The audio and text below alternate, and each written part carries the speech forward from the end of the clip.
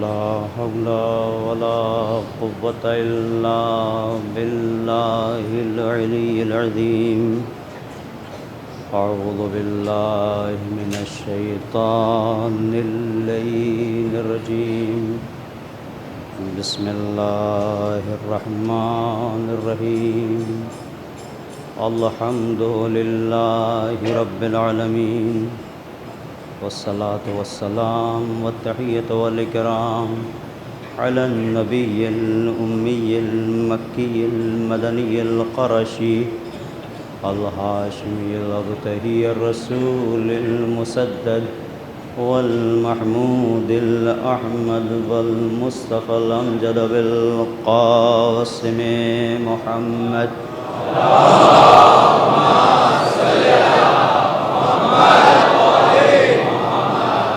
وعلى آله الطيبين الطاهرين المعصومين المظلومين لا سيما بقية الله الأعظم في الأرضين ولعنة الله على أعدائهم أجمعين من ليلنا هذا إلى قيام يوم الدين أما بعد فقد قال الله الحكيم في كتابه الكريم بسم الله الرحمن الرحيم ومن الناس من يتخذ من دون الله أندادا يحبونهم كحب الله والذين آمنوا أشد حبا لله صلوات پڑھ دیں محمد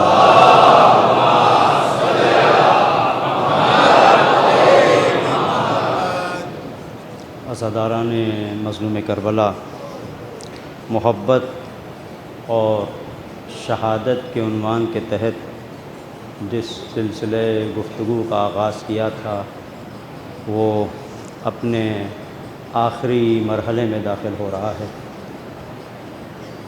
آج کی گفتگو کے آغاز سے پہلے ایک بار تمام ان انجمنہائے ماتمی کا، تمام ان افراد کا کہ جنہوں نے سید الشہداء کے نام پر سبیلیں لگائیں اور ایک حسینی نظم و ضبط کے تحت عزاداری میں مشغول رہے، ہم شکریہ ادا کرتے ہیں، اور خاص طور پر ایڈمنسٹریشن کا، پولیس اور تمام تر حکومتی اہلکار کہ جو خلوص کے ساتھ ہمارے ساتھ کھڑے رہے، اور یہ کھڑا رہنا یہ بتاتا ہے کہ حسین کے ساتھ وہی کھڑا رہتا ہے جس کا ضمیر زندہ ہو۔ بے ضمیر لوگ نہ خیمے حسین میں آتے ہیں نہ ساتھ کھڑے رہتے ہیں، بلکہ جو کھڑے رہتے ہیں ان پہ اعتراض کرتے ہیں۔ تو یہ زندہ ضمیر ہونے کی علامت ہے۔ ہم جتنا بھی شکر ادا کریں پروردگار کا کم ہے کہ اس نے سید الشہداء کی محبت ہمارے سینے میں رکھی اور ہمارے ساتھ ارادہ خیر کیا۔ من اراد اللہ بالخیر قذف فی قلبہ حب الحسین و حب زیارتہ، صادق آل محمد امام جعفر صادق علیہ السلام کی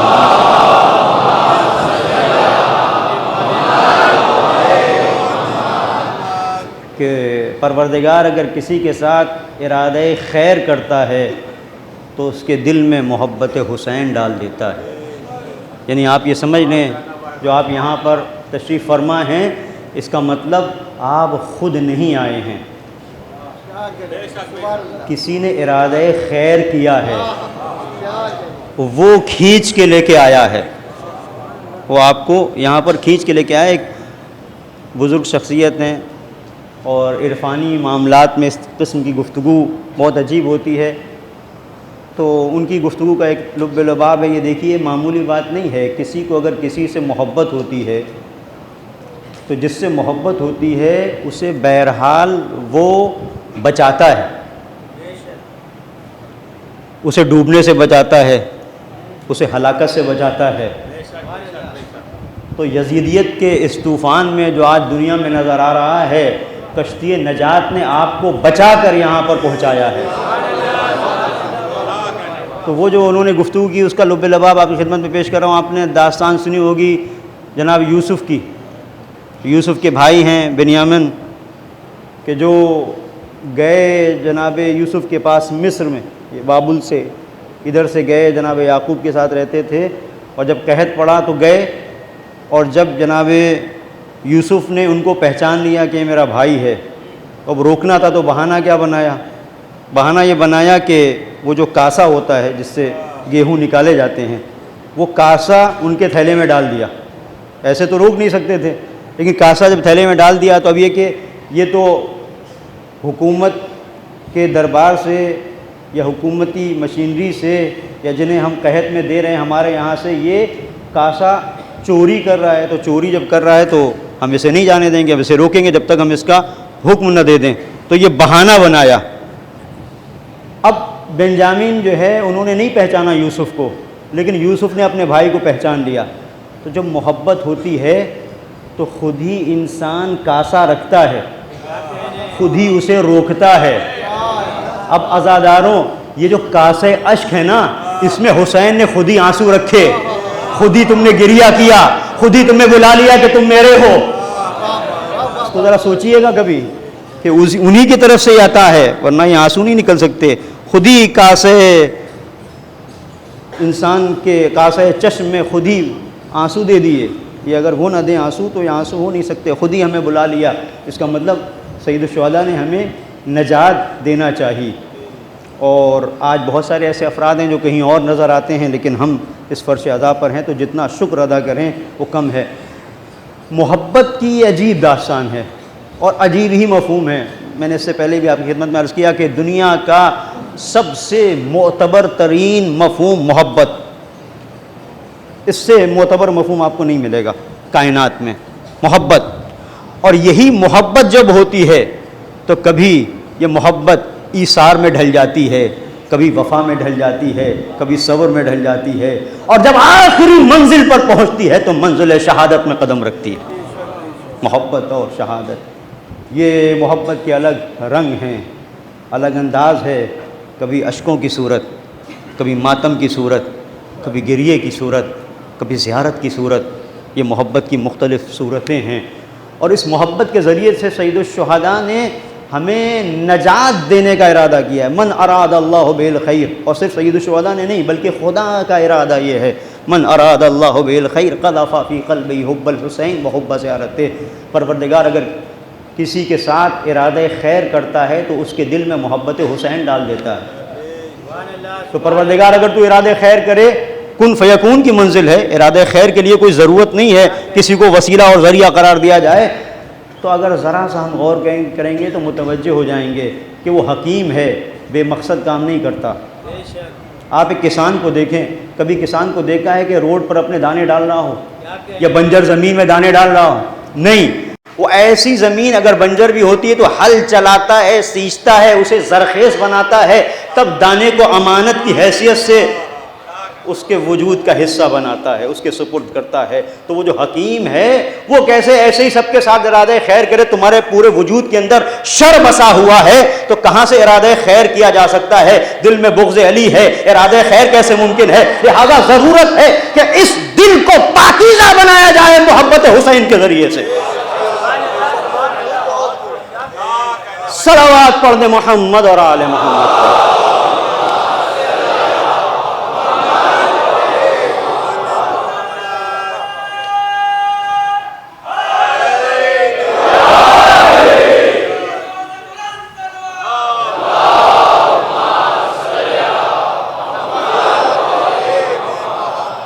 اور جب وہ ارادہ خیر کرتا ہے، چونکہ کمال محض ہے، خیر محض ہے، اس کے آگے کوئی تصور خیر نہیں کر سکتا، اور اپنے بندوں کے ساتھ وہ ارادہ خیر کرتا ہے، محبت حسین کو وسیلہ قرار دیتا ہے۔ تو انسان کے ساتھ جب ارادہ خیر کرتا ہے تو کبھی اس کے وجود کے اندر دین کا گہرا شعور دے دیتا ہے۔ توجہ کیجیے گا، اذا اراد اللہ بعبد خیرا فقہہ فی الدین، یہ دوسری حدیث ہے کہ جب پروردگار کسی کے ساتھ ارادہ خیر کرتا ہے تو اسے فقیہ دین بنا دیتا ہے، یعنی اسے مرجعیت تک پہنچاتا ہے۔ آج کی سادی زبان میں اگر دین کا گہرا شعور، اسے دین کا، تو اس کا مطلب یہ ہے کہ دو چیزیں ہیں، ارادہ خیر پروردگار کے لیے محبت حسین اور دین کا گہرا شعور۔ اس کا مطلب یہ ہے کہ ہر عزادار اپنی جگہ پر دین کا گہرا شعور رکھتا ہے، کہیں کوئی ایسی سطحی بات نہیں کرتا کہ اس کا دین مذاق بن جائے۔ توجہ کیجیے گا، ہر ایک عزادار، اور جو فقیہ اہل بیت ہوتا ہے تو اس کے وجود کے اندر دین کا شعور اور بھی گہرا ہوتا ہے۔ جب یہ دین کا شعور اور گہرا ہوتا ہے تو اس کے وجود کے اندر شجاعت آتی ہے، اس کے وجود کے اندر استقامت آتی ہے، اس کے وجود کے اندر پائیداری آتی ہے، ثبات قدم، کوئی اسے ہلا نہیں سکتا اپنی جگہ سے، اس لیے کہ اس نے اپنا ہاتھ حسین کے ہاتھ میں دیا ہے۔ سارا یزید کا لشکر مل کر حسین کو حسین کے موقف سے ہلا نہیں سکا، تو جس کا ہاتھ حسین کے ہاتھ میں ہے اس کا بھی اعلان یہ ہے، نہ کل کا یزید حسین کے پائے ثبات میں کوئی لغزش لا سکا، نہ آج کا یزید۔ ہاں تمہارے پاس طاقت ہے، تم شہید کر سکتے ہو، لیکن شہادتوں کے بعد بھی ہمارا نظریہ وہی رہے گا جو پہلے تھا۔ اور پھر یہاں پر ایک رخ بہت خوبصورت ہے کہ محبت جب استقامت میں ڈھلتی ہے، ان الذین قالوا ربنا اللہ ثم استقاموا، جن لوگوں نے اللہ کی راہ میں آ کر اللہ کی وحدانیت کا اقرار کیا، اللہ کو اللہ مانا، ثم استقاموا، پھر اللہ کی وحدانیت کا اقرار کرنے کے بعد اسی راستے پر ڈٹے رہے۔ قرآن کہتا ہے تتنزل علیہم الملائکہ الا تخافوا ولا تحزنوا وابشروا بالجنہ۔ پھر قرآن کہتا ہے کہ وابشروا بالجنۃ التی کنتم توعدون، وابشروا جنۃ التی کنتم توعدون، ان کو بشارت دو جنت کی، اس جنت کی کہ جن کا ان سے وعدہ کیا جا چکا ہے۔ اب اس پر توجہ کیجیے گا کہ جو بھی اللہ کو اپنا رب مانتا ہے اور اس کے بعد اس کے اوپر ڈٹا رہتا ہے تو پروردگار کہتا ہے تتنزل علیہم الملائکہ، ملائکہ نازل ہوتے ہیں اور اس سے کہتے ہیں اللہ تخافوا ولا تحزنوا، نہ تم گھبراؤ، نہ محزون ہو اور نہ خوف کھاؤ۔ ہمارے ہاں خوف اور حزن اور غم ایک ہی معنی میں استعمال ہوتا ہے، علماء نے بیان کیا، تفسیر میں آپ اگر دیکھیں گے تو ملے گا کہ دونوں کے الگ الگ معنی ہیں، ایک ہے خوف، ایک ہے حزن۔ اس پہ محسوس کیجئے گا، خوف جو ہوتا ہے وہ آنے والے زمانے کو لے کر ہوتا ہے، بہت توجہ کیجئے گا۔ حزن و غم جو کچھ گزر گیا اور انسان نے اگر ناکامیاں دیکھی ہیں تو وہاں پر حزن و غم ہوتا ہے۔ خوف آنے والے کل کو لے کر ہوتا ہے، حزن و غم گزرے ہوئے کل کو لے کر ہوتا ہے۔ اب بہت توجہ کیجئے گا، آپ کے سامنے ہے کہ آج ایک دنیا کے سپر پاور طاقت کے صدر نے ایک زمانے میں جب ساری طاقت کو، جہاں پر کچھ علی کے ماننے والے تھے، حسینی مزاج تھے، ان کے اطراف میں ساری طاقت کو اکٹھا کر لیا اور سوچا کہ ڈر جائیں گے، ہماری بات کو مان لیں گے، تو اس نے خود اپنے مشیر سے پوچھا تھا، یا آپ نے سنا ہوگا، نیوز میں دیکھا ہوگا کہ پوچھا تھا کہ بھائی یہ کیا ہو گیا، میں نے اتنی طاقت اکٹھی کر لی ہے، یہ گویا یہ جہاز نہیں تھے، بحری بیڑے نہیں تھے، پورا چلتا پھرتا ایک ملک ہے کہ جس میں ہزاروں کی تعداد میں صرف فائٹر طیارے ہیں، سب کچھ اکٹھا کر لیا، اور اس کے بعد بھی ان کے ہاں کوئی خوف نہیں ہے، کوئی ڈر نہیں ہے۔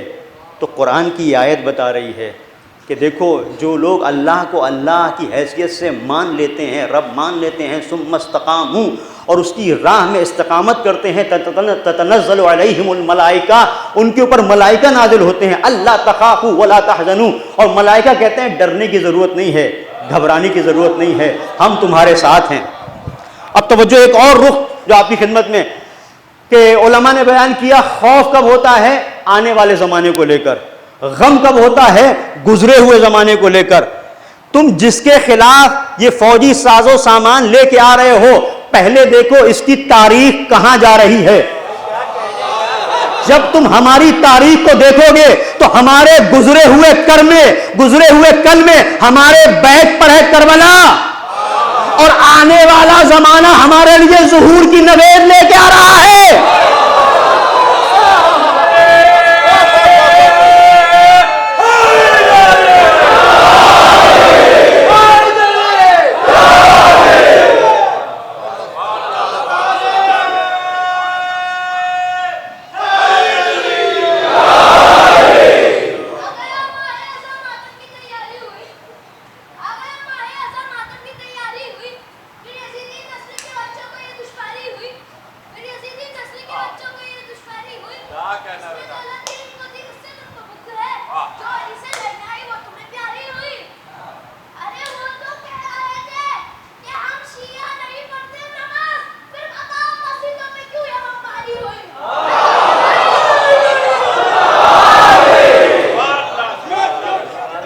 طرف جو گزرا ہوا کل ہے وہاں کربلا ہے، جہاں تشنگی ہے، جہاں بھوک اور پیاس ہے، جہاں تپتا ہوا صحرا ہے، لیکن عزم و استقلال میں کوئی کمی نہیں کہ کسی ایک بچے نے بھی نہیں کہا کہ آ کر سید الشہداء کی خدمت میں بڑی پیاس لگ رہی ہے بیعت کر لیں. نہیں، بیعت ہمارا مزاج نہیں ہے. تو جو مزاج کل تھا حسینیت کا مزاج وہی ہے، اور شاید یہی وجہ ہے کہ رہبر شہید نے جاتے جاتے اعلان کر دیا مثلی لا یبایع مثلا، مجھ جیسا تجھ جیسے کی بیعت نہیں کر سکتا. تو یہ جو اعلان ہے اس بات کو بتا رہا ہے کہ ہم شہادتوں کو گلے لگا لیں گے. اور محبت کا دستور یہی ہے کہ محبت دار پہ جانا گوارا کرتی ہے لیکن سر جھکانا گوارا نہیں کرتی. اور یہ ہمیں درس میسم نے دیا ہے کہ دار کو بھی فضائل حیدر کرار کا ممبر بنا لیتی ہے. یہ درس ہمیں کربلا نے دیا ہے. تو یہ جو رخ ہے یہ بہت اہم ہے کہ ہمارا جو ماضی ہے، جو گزشتہ زمانہ ہے، گزرا ہوا زمانہ، جو ہمارا پاسٹ ہے، وہاں کربلا ہے. آنے والا زمانہ یہ کہہ رہا ہے کہ گھبراؤ نہیں، مشکلات میں اپنے آپ کو کھو مت دینا. ایک دن حکومت تمہاری ہوگی، نظام تمہارا ہوگا، اقتدار تمہارا ہوگا، پرچم تمہارا لہرائے گا. اور یہ جو نظریہ ہے یہ آواز دے رہا ہے کہ ایک منجی بشریت آئے گا جو دنیا میں پرچم عدل و انصاف لہرائے گا. تو اس کی بنیاد کے اوپر انسان کے وجود کے اندر ایک امید آتی ہے، اور یہ امید جو آتی ہے اس امید کی بنیاد کے اوپر ہر طرح کے خوف پر انسان غلبہ پاتا ہے. اب یہ کمال محبت ہے کہ جہاں پر بھی ایمان آتا ہے، ایمان اپنے ساتھ یہ چیزیں لے کے آتا ہے، سکون لے کے آتا ہے. ایمان اپنے وجود میں سکون لے کے آتا ہے. اور یہی ایمان بعض جگہوں پر ان لوگوں کے لیے کہ جو کسی چیز کو نہیں مانتے دلیل توحید بن جاتا ہے. ابھی ان مجالس کے دوران بہت سارے اہل سنت برادران مجھے ملے، آج بھی ملے، اور بہت تفاق کے ساتھ انہوں نے کہا کہ اہل بیت اطہار علیہ السلام سے ہم محبت کرتے ہیں. تو یہ محبت بہرحال اہل بیت اطہار علیہ السلام سے کسی خاص مذہب و مکتب سے متعلق تو نہیں ہے. کسی کو بھی محبت ہو سکتی ہے، کسی کی اجارہ داری تھوڑی نہیں ہے. جس کا ضمیر زندہ ہو، دل پاکیزہ ہو، اس میں یہ محبت آئے گی. تو ایک رخ دیکھیے گا کہ یہ آج کے دور سے نہیں ہے، جب بھی یہ محبت آتی ہے.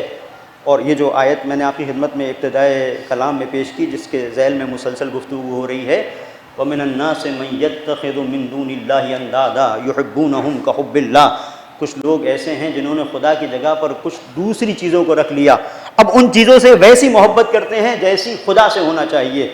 وَالَّذِينَ آمَنُوا أَشَدُّ حُبًّا لِلَّهِ. اور جو صاحبان ایمان ہیں وہ اللہ سے شدید محبت کرتے ہیں. اور جب یہ محبت آ جاتی ہے تو کوئی زمانے کا فرعون اس محبت کو چھین نہیں سکتا. آپ آئیے وہ مقام کہ جہاں فرعون کے سامنے یہ سارے وہ افراد ہیں جو جادوگر کی حیثیت سے اس نے بلائے تھے، اور ان کے سامنے جب جناب موسیٰ نے انہوں نے اپنی رسیوں کو پھینکا جو سانپ بن گئی، وہ جناب موسیٰ نے جب اپنا عصا پھینکا اور وہ اژدہا بن گیا، اور ان کے چھوڑی ہوئی رسیوں کو جو سانپ بن گئی تھی نگل گیا. تو اب یہ دیکھ رہے تھے تو ایسے مرحلے پر ان کے وجود کے اندر اب ایمان آیا. اب جب ایمان آیا تو انہوں نے آواز دی آمنا برب موسیٰ و ہارون. ہم بھی موسیٰ اور ہارون کے رب پر ایمان لے کے آ گئے.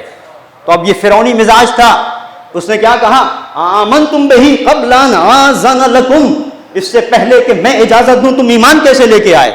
تو فرعونی مزاج یہ ہے جو اپنی اجازت پر دنیا کو چلاتا ہے. اور جو جتنے فرعونی مزاج ہوتے ہیں درباری وہ اس کی اجازت پر چلتے ہیں. وہ کہتا ہے تیل لو تو لیتے ہیں، وہ کہتا ہے روک دو تو روک دیتے ہیں.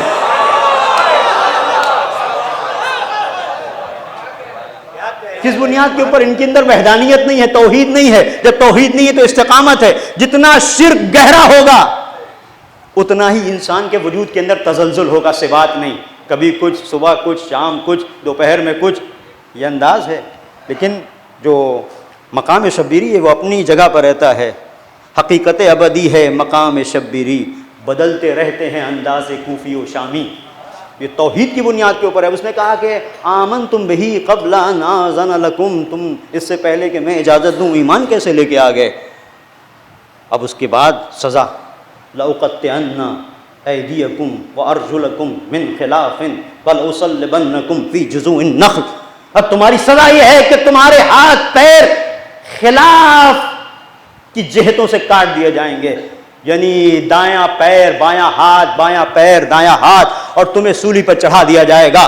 اب محبت دل میں آ چکی تھی، خدا کی وحدانیت تھی. ایک مرتبہ آواز دی، لا زیر انا الی ربنا منقلبون. کوئی پرواہ نہیں ہے، جو چاہے کر لے، ہم اپنے رب کی طرف پلٹ چکے ہیں.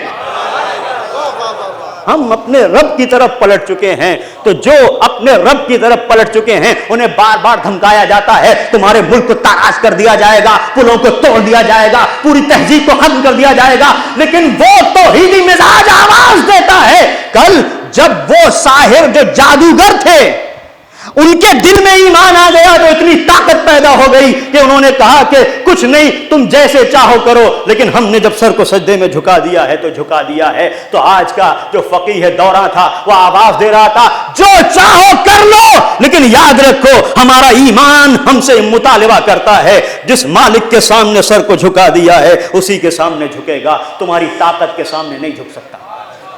صلوات پڑھ دے محمد اور آل محمد.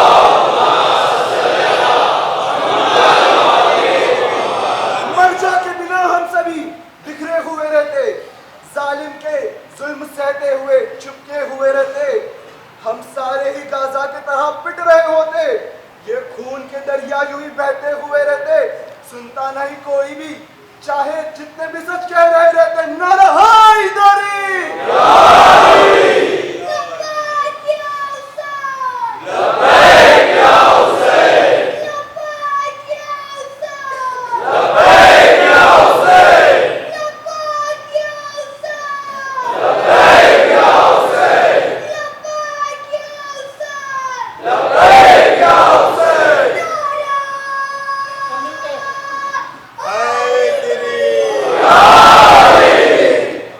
یہ رخ دیکھیں، یہ جو غم ہے یہ کیوں آتا ہے؟ یہ جو انسان دلی کیفیت اس کی ایسی ہوتی ہے کہ دل میں لرزہ ہوتا ہے، غلط کام کیا ہوتا ہے، کچھ غلط کیا ہوتا ہے. ہم نے غلط نہیں کیا بلکہ غلط کو غلط کہنے کی جرأت کی، غلط کو غلط کہنے کی جرأت کی. اب ایک بات کہہ رہا ہوں، جملے کو محسوس کیجئے گا. کون ڈرتا ہے، کون بھاگتا ہے؟ آپ اسے اگر دیکھنا چاہیں تو آپ دیکھ لیجئے کہ ہمیشہ ابو طالب کا گھرانہ ہر میدان میں آگے رہا، کہیں بھاگا نہیں. یہ تربیت تھی ابو طالب کی، چونکہ اپنے ماضی پر پچھتاوا نہیں تھا اور آنے والے کل کو لے کر ابو طالب پر امید تھے کہ کل اگر دنیا میں پرچم عدل و انصاف لہرانے کوئی آئے گا تو ابو طالب کا بیٹا ہوگا. اب ایک جملہ کہہ رہا ہوں، آج آپ دیکھیں یہ ایپسٹین فائل کا نام آتا ہے، ایپسٹین فائل. آدھی دنیا بیچاری خاموش، آدھی سے زیادہ دنیا خاموش، کیونکہ سب کے سب اس میں ملوث ہیں. ایک تصور میرے ذہن میں آیا، بس چونکہ یہ ایسا مرحلہ ہے ہمیں ممبر بھی مانے ہے، صرف اشارہ کر کے گزر جاؤں گا، توجہ کیجیے گا کہ یہ جو بعض ایسے افراد ہیں کہ یہاں عزاداری کے سلسلے سے مراسم اعضاء پہ اعتراض کرتے ہیں، سبیل کیوں، یہ کیوں، وہ کیوں، یہ سب کیا، تو ان کا معاملہ کہاں پر دکھتی ہوئی رگ کیا ہے؟ پوری توجہ کیجیے گا. اگر سن 61 ہجری کی ایپسٹین فائل کھل جاتی تو بہت سے یزیدی بھی ہوتے اور بہت سے وہ ہوتے کہ جنہوں نے یزید کو مسند اقتدار تک پہنچایا. اب سمجھ میں آتا ہے جب ہم یا حسین کہتے ہیں تو دلوں میں کھلبلی کیوں ہوتی ہے. یہ مت کرو، وہ مت کرو، علم کیوں، جلوس کیوں، سبیل کیوں. انہیں ڈر لگتا ہے ہمارے اپنوں کے نام نہ آ جائے.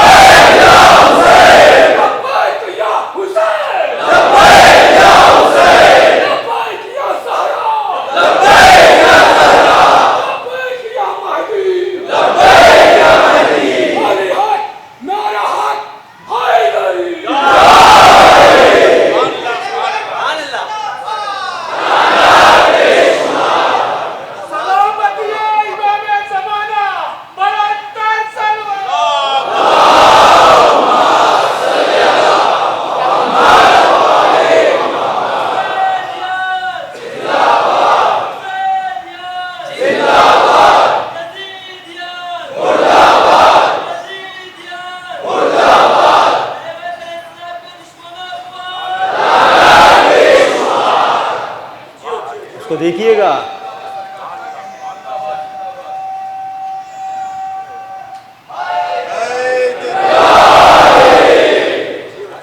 کس نے کہا کہ ختم ہوئی کربلا کی جنگ؟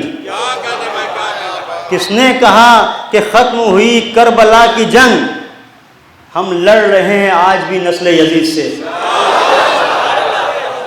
دیکھو جو کل لڑے تھے ان کے اندر آج بھی جذبہ ہے. یزیدیت کے خلاف وہی اٹھتا ہے جس کا نام کسی ایسی ویسی فائل میں نہ ہو. جس کا ہوتا ہے وہ دم دبا کے بیٹھ جاتا ہے کہ کل کیا ہوگا. اسی لیے ایسے لوگوں کو دھمکایا جاتا ہے کہ تمہارا کیریئر خراب کر سکتے ہیں. صلوات پڑھیں محمد و آل محمد پر.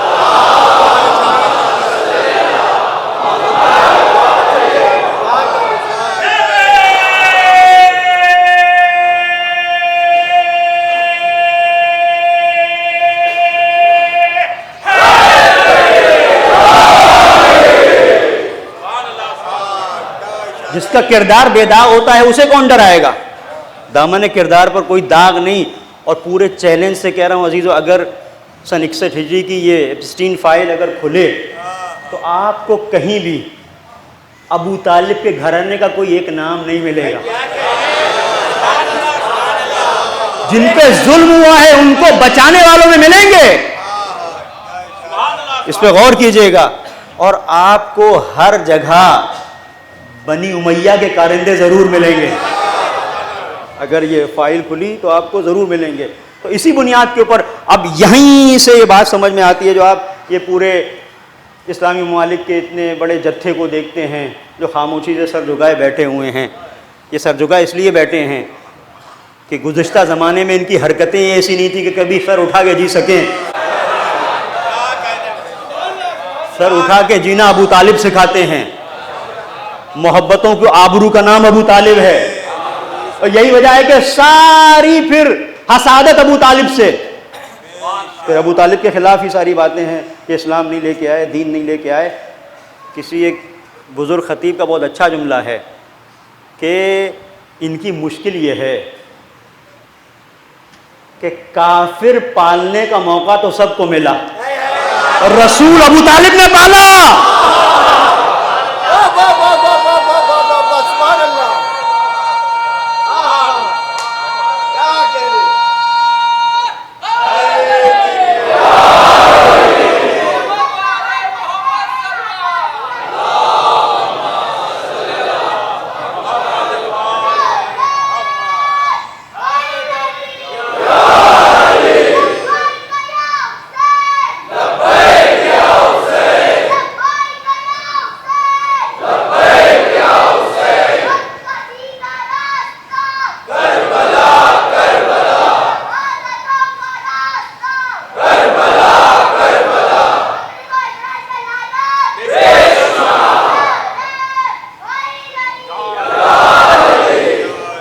آپ کے جذبہ ولا کے لیے ایک جملہ بھی کہتا چلوں. علامہ رئیس الواعظین کرار حسین صاحب مرحوم وائز، انہوں نے بہت خوبصورت انداز میں کہا کہ صحابی کی جب تعریف ہوتی ہے صحابی کون، تو جو انہوں نے اپنے الفاظ میں کہا کہ جو رسول کو پالے.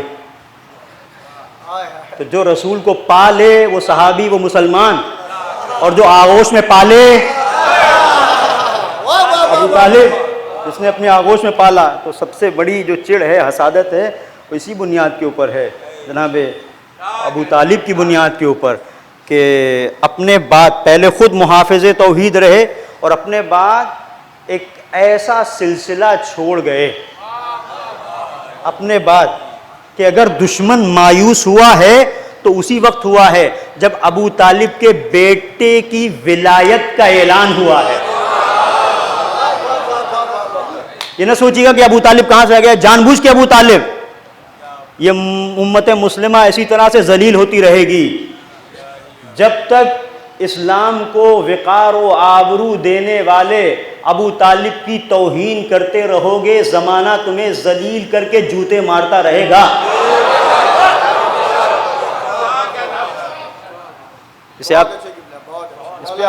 دیکھیے، اس پہ غور کیجئے کہ جناب ابو طالب نے جو کردار ادا کیا ہے اور ان کی نسل نے آج جو یہ دین محفوظ ہے. اور یہ جو آپ دیکھ رہے ہیں کہ آج بھی ایک ایسا مقام ہے جو چھوٹا سا خطہ ہے لیکن حیدر کے جیالے ہیں. یہ ابو طالب بڑا عجیب کردار ہے عزیزوں. یہ جو لہو ہے ابو طالب کا نا، یہ بڑا عجیب ہے. اگر ابو طالب کا لہو کہیں پر تجلی صبر بنے تو سید الساجدین، سید الصابرین، اور اگر یہ کہیں پر پرچم اپنے ہاتھ میں لے اور وفا کی داستان لکھے تو ابو طالب کا لہو ڈھلتا ہے ابو الفضل عباس کی شکل میں. اور جہاں قبضہ کر لیا وہاں قبضہ کر لیا. بہت توجہ کیجیے گا، یہ ابو طالب کی شان ہے، یہ ابو طالب کا لہو ہے کہ ابو الفضل عباس نے کل فرات پہ قبضہ کیا تھا، آج کوئی ہٹا نہ سکا. آج تک وہ قبضہ باقی ہے. تو ہماری یہ پرانی تاریخ ہے، ہم کسی کو چھیڑتے نہیں ہیں، لیکن اگر چھیڑ لو اور پانی پہ قبضہ ہو جائے تو ساری طاقت استعمال کر لو، ہمیں ہٹا نہیں سکتے. وہ کل فرات پہ قبضہ تھا، آج ہرمز پہ قبضہ ہے.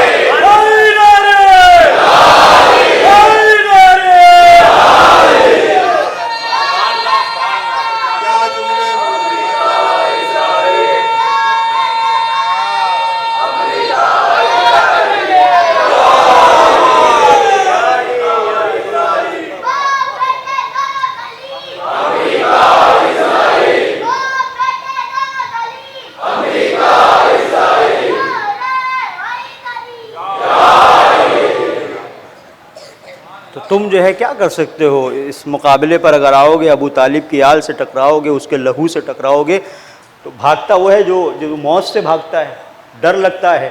لیکن ابو طالب نے تو اپنے بیٹوں کی تربیت ایسے کی ہے کہ یہاں موت سے اتنا مانوس جتنا ایک بچہ اپنے ماں کے سینے سے مانوس ہوتا ہے. تو یہ جو طرز ہے اسے آپ اس دنیا میں جس میں آپ جی رہے ہیں اسی میں آپ دیکھیں. اور یہ خدا کا شکر ہے کہ آج ہم جس دور میں یہ زندگی گزار رہے ہیں، ہم نے دیکھا کہ مشرکین کے خلاف، ملحدین کے خلاف، یہود و نصارہ کے خلاف اگر کوئی کھڑا ہوا تو ابو طالب کا بیٹا، ابو طالب کا بیٹا. تو عزیزو، اگر ابو طالب کا بیٹا تو ہم سب کو اس پہ غرور ہونا چاہیے، سینہ چوڑا ہونا چاہیے. تو یہ افسوس کا مقام ہے کہ بعض لوگ جس تھالی میں کھاتے ہیں اسی میں چھید کرتے ہیں. اب یہ بہت عجیب بات ہے. تشیع کا وقار یہ کہاں سے دنیا کے سامنے آیا؟ شہادتوں کے ذریعے سے، جرأت اظہار کے ذریعے سے، انکار کے ذریعے سے. اور یہ انکار معمولی انکار نہیں ہے، اس انکار کا سلسلہ جڑا ہے سید الشہداء سے. انکار بیعت یزید، تو وہ جو انکار بیعت یزید ہے وہی آتے آتے یہاں تک آئی کہ دنیا کے سب یزید اسی غم میں مر گئے، سر مل گیا، حسین کا بیعت نہیں ملی. تو یہ جو کسی نے کہا یہ یہی مرحلہ ہے کہ یہاں پر اب یہ دیکھ رہے ہیں کہ ان کو شہید کر دیں گے، اجاڑ دیں گے، تباہ کر دیں گے، برباد کر دیں گے، تو پیچھے ہٹنے کے لیے تیار نہیں ہیں. تو یہیں پر ہم سب کو اس نقطے پر آ کر متفق ہونا چاہیے کہ یہ ہمارے غرور کا معاملہ ہے کہ جو 86 سال کا بوڑھا جو شہادت کی منزلوں سے ہمکنار ہو گیا، لیکن اس نے جھکنا گوارا نہیں کیا. اس نے تفسیر کی ہے اس بات کی کہ جو سید الشہداء نے آواز دی تھی، الا ان الدئی وابن الدئی قد رکضنی بین اثنتین بین السلۃ والظلہ ہیہات من الظلہ، کہ نابکار کے نابکار بیٹے نے مجھے دوراہے پر لا کر کھڑا کر دیا ہے، میں یا تو یزید کی بیعت کر لوں یا تلواروں کے سائے میں آ جاؤں. تو سید الشہداء نے آواز دی، ہیہات من الظلہ، میں تلواروں کے سائے میں آنا گوارا کروں گا لیکن یزید کی بیعت نہیں کروں گا. ہیہات من الظلہ، ذلتیں ہم سے دور ہیں. آج کسی ایک نیوز پیپر سے کال آئی، انہوں نے کہا کہ کربلا کا عملی درس بڑا جو پیغام ہے وہ کیا ہے؟ بتائیے، تو میرے ذہن میں یہی آیا. میں نے کہا کربلا کا درس یہ ہے کہ زمین پر رہو تو سر اٹھا کے جیو. حیات من الذلہ کا مطلب یہ ہے، سر اٹھا کے جیو. اور سید الشہداء نے جب یہ کہا کہ حیات من الذلہ تو اس کے بعد اس کی علت کو بیان کیا ہے. بہت توجہ کیجیے گا. علت کو جب بیان کیا تو کیا کہا کہ یأب اللہ بنا ورسولہ، اللہ نے منع کیا ہے، اس کے رسول نے، مومنین نے منع کیا ہے، مومنین نے منع کیا ہے. وحجور تابت وطہرت، اور بیعت کرنے سے اس پاکیزہ ماں کی آغوش نے منع کیا ہے جس میں حسین نے تربیت پائی ہے. کہہ سکتے تھے میں بیعت نہیں کروں گا، لیکن ماں کی آغوش کی تربیت کا ذکر کر کے بتایا کہ کربلا کے میدان میں بتانا چاہتا ہوں دو کردار ہیں. ایک کردار جو کربلا کے میدان میں آ رہا ہے یزید کا، اس کو دیکھو، اور یزیدیت کے پیچھے اس کی آغوش کو دیکھو جس نے یزید کو پروان چڑھایا، اور اس ماں کی تربیت کو دیکھو کہ جس کا نام فاطمہ ہے، کہ جس نے حسین کی تربیت کی ہے. اور یہی منزل آج بھی ہے. جو بھی پاکیزہ دامن کا پروردہ ہے وہ کسی اپنے زمانے کے فرعون کے سامنے سر نہیں جھکائے گا، وہ کھڑا رہے گا. ہاں، اس سر کے نہ جھکانے کی قیمت اسے ادا کرنا پڑے گی. اور ہمیشہ عزیزوں یہ دنیا کا اصول رہا ہے. آج کی بھی اس دنیا میں آپ دیکھیں، آپ اگر سر جھکا کے جئیں تو سر جھکا کے آپ جئیں گے تو بہت کچھ آپ کو ملے گا. جس عہدے کے اہل نہیں ہیں، سر جھکا کے اگر جی رہے ہیں عہدہ بھی مل جائے گا، پیسہ بھی ہو جائے گا، پراپرٹی بھی ہو جائے گی، گھر بار بھی ہو جائے گا. سر جھکا کے جی رہے ہیں، کچھ نہیں دکھ ہی نہیں رہا ہے ادھر ادھر کیا ہو رہا ہے، سر جھکا کے. تو سر جھکا کے جینے کی قیمت ملتی ہے، لیکن جو سر اٹھا کے جیتا ہے اسے قیمت چکانی پڑتی ہے. اور سید الشہداء نے قیمت چکائی ہے. عزیز و شب عاشور ہے، اور یہ وہ شب ہے کہ خیام حسینی میں ننھے ننھے بچے اپنی ماؤں کے پاس بیٹھے ہوئے ہیں. مائیں اپنے نوجوانوں کو تیار کر رہی ہیں. عزیز الشب عاشور میں بس ایک سوال اور یہیں سے ربط مصائب. نوجوانوں یہ بتاؤ، فرش عزا پر بیٹھے ہو، بھوکے اور پیاسے تو نہیں ہو؟ کوئی تم میں بھوکا تو نہیں ہے، کوئی پیاسا تو نہیں ہے؟ نہیں، حسین نے اتنا نواز دیا ہے کہ اگر ہم گھر پہ کھانا نہ بھی کھا کے آئیں تو کوئی نہ کوئی عزادار ہمیں پانی بھی پلا دیتا ہے، ہمیں کھانا بھی کھلا دیتا ہے. میں کہوں گا ان ماؤں سے جو سبیلوں پر، چوراہوں پر، جگہ جگہ یا گھروں میں اس مجلس کو سن رہی ہیں، میری ماؤں بہنوں، تمہارے پاس اگر شیرخوار بچہ ہے، بھوکا تو نہیں ہے نا، پیاسا تو نہیں ہے، انتظام کر کے آئے ہیں نا، انتظام کر کے آئے ہیں. عجیب کیفیت ہے عزیزو، یہ عجیب شب ہے جو حسین کی گزر رہی ہے، اور اس طرح سے گزر رہی ہے کہ جو بڑے پیاسے ہیں جہاں وہ اپنی جگہ پر، لیکن سکینہ پیاسی ہے، اصغر پیاسا ہے. بچے 4-5 سال کے ہوتے ہیں تو کچھ تو کہہ سکتے ہیں کہ ہمیں پیاس لگ رہی ہے، لیکن ننھا شیرخوار کیا کرے جس کے اندر اب اتنی طاقت بھی نہیں کہ رو سکے. آؤ عزیزوں، اس اعتراف کے ساتھ چلیں حسین کی بارگاہ میں. مولا، ہم آپ کی بارگاہ میں آئے ہیں، آقا ہمارے گناہوں کو مت دیکھیے گا. مولا، ہمارے سینے میں موجزن جذبہ عشق کو دیکھیے گا، جو آپ کے عشق سے سرشار ہم اس پر سے عزا پر حاضر ہیں. مولا، اس بات کا اعتراف کرتے ہیں کہ حق کے گریہ ادا نہ کر سکے. اور یہیں پر عزیزو شب عاشور مولا کا پیغام جو آپ کے لیے ہے، اپنے شیعوں کے لیے جو مولا نے پیغام دیا ہے. شیعتی مہما شربتم ما عذب فاذکرونی او سمعتم بے قتیل او غریب فانتبونی. میرے شیعو، جب کبھی ٹھنڈا پانی پینا تو حسین کی پیاس کو یاد کر لینا.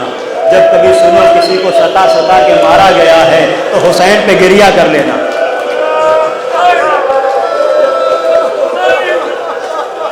جزاکم ربکم خیر الجزا، خدا کسی غم میں نہ رلائے سوائے غم حسین۔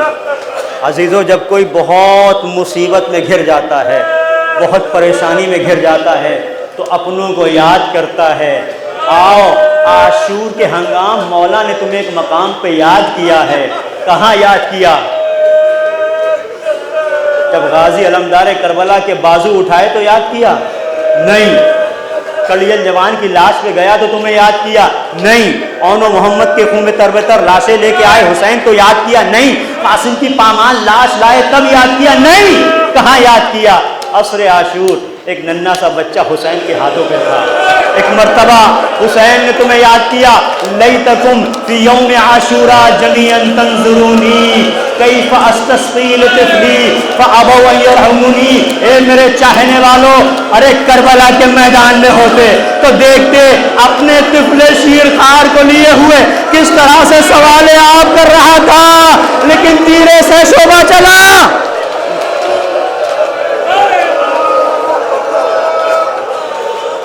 جزاکم ربکم خیر الجزا، خدا کسی غم میں نہ رلائے سوائے غم حسین۔ گریے کی آوازیں بلند ہیں عزیزو، ہونا بھی چاہیے۔ شب عاشور ہے۔ امام صادق اپنے صحابی ابو بصیر سے کہتے ہیں، ابو بصیر، مجلس سید الشہداء تھی، گریہ ہو رہا تھا، ابو بصیر رو رہے تھے، پورا رومال تر بتر تھا آنسوؤں سے۔ ایک مرتبہ مولا نے کہا، ابو بصیر تم گریہ کیوں نہیں کرتے؟ کہا مولا پورا آنسوؤں سے رومال تر ہے۔ کہا ابو بصیر ایسے گریہ کرو جیسے ہماری ماں فاطمہ۔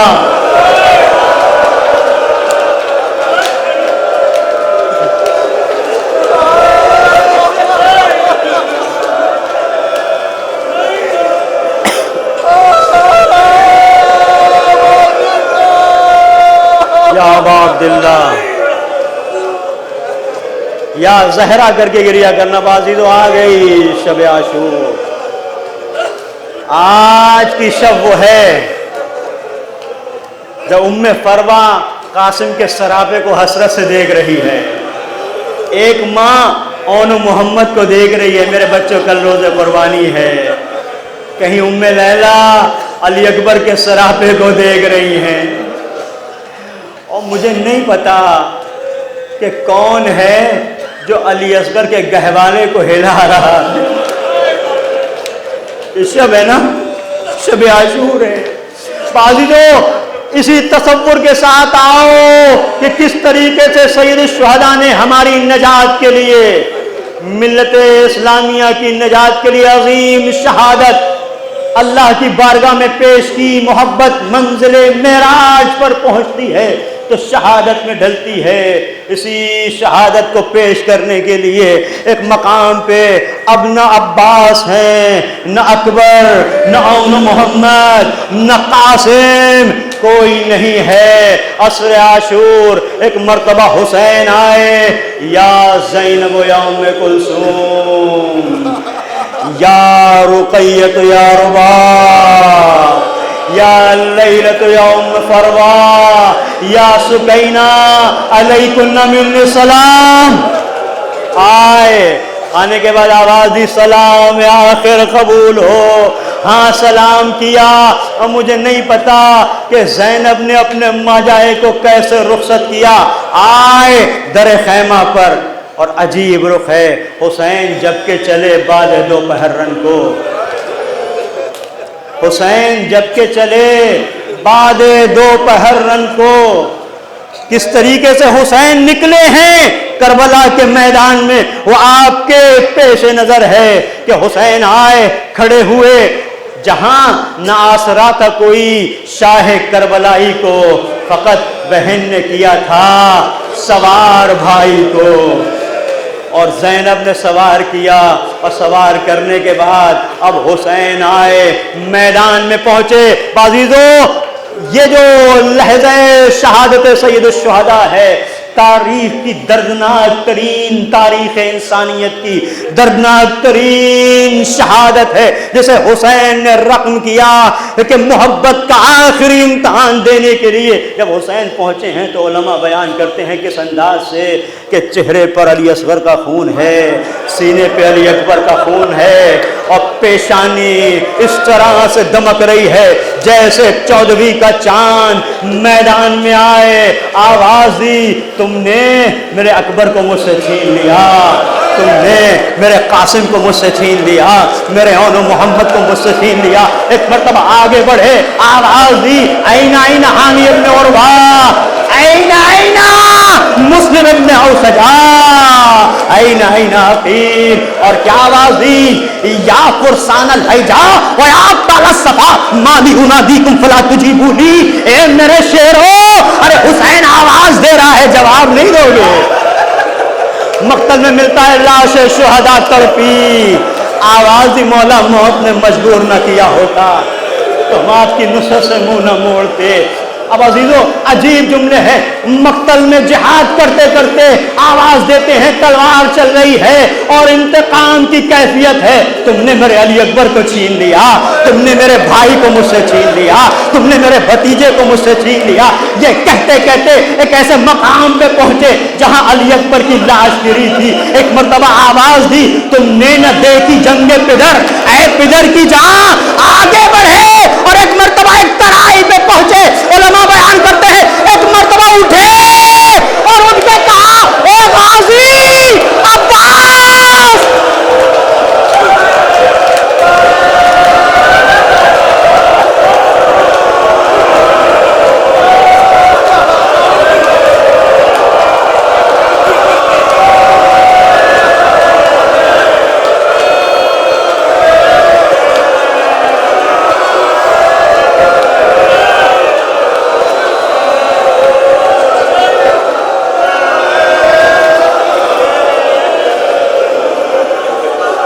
مجھے نہیں پتا کہ کیفیت کیا ہوئی ہوگی، کائنات درد و غم حسین کے سینے میں سما گئی ہوگی، نشے میں دیکھا ہوگا، شاید آواز دی ہوگی، ارے مصلحت نہیں تھی پروردگار کی، اے میرے بھیا مجھے معاف کرنا، اس نے لگا نہ دیا، لیکن آ دیکھ تیرا آقا اور مولا کیسے جنگ کر رہا ہے، میرا دل کہتا ہوگا لاش عباس تڑپی ہوگی۔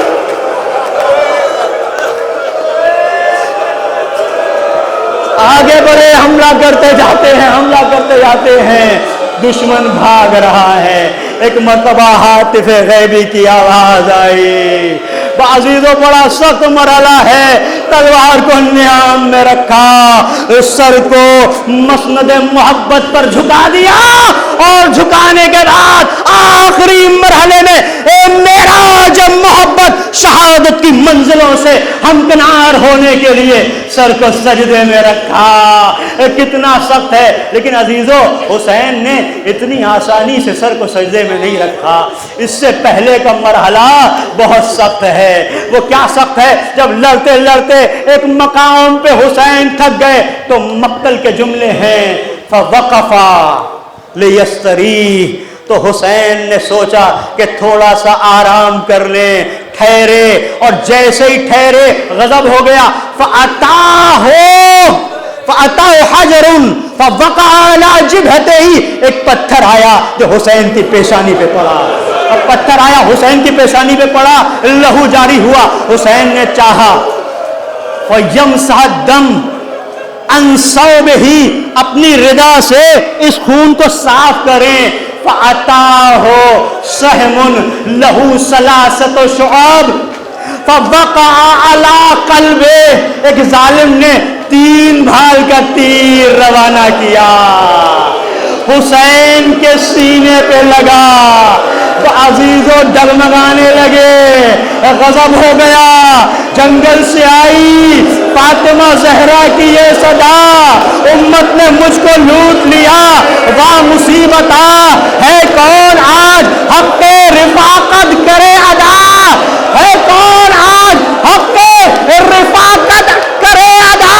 1900 ہے سخت تنے چاک چاک پر، ارے زینب نکل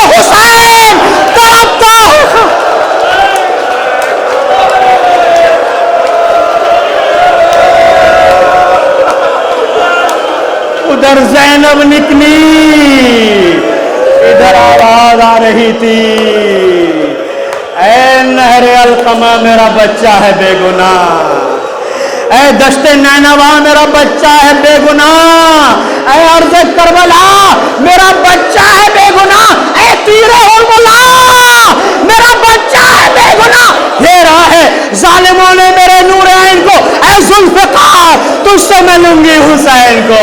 بعزیزو میں نے عرض کیا نا حسین اتنی آسانی سے نہیں آئے، اتنے زخموں کے بعد اب حسین جگہ کو تلاش کر رہے ہیں، گھوڑا لے کے آگے بڑھا، شاید حسین کی نظریں ڈھونڈ رہی تھی اس آغوش کو جب حسین چھوٹے تھے۔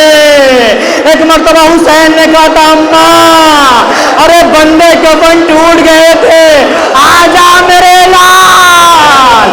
حسین تلاش کرنے لگے، آخری منزل امتحان محبت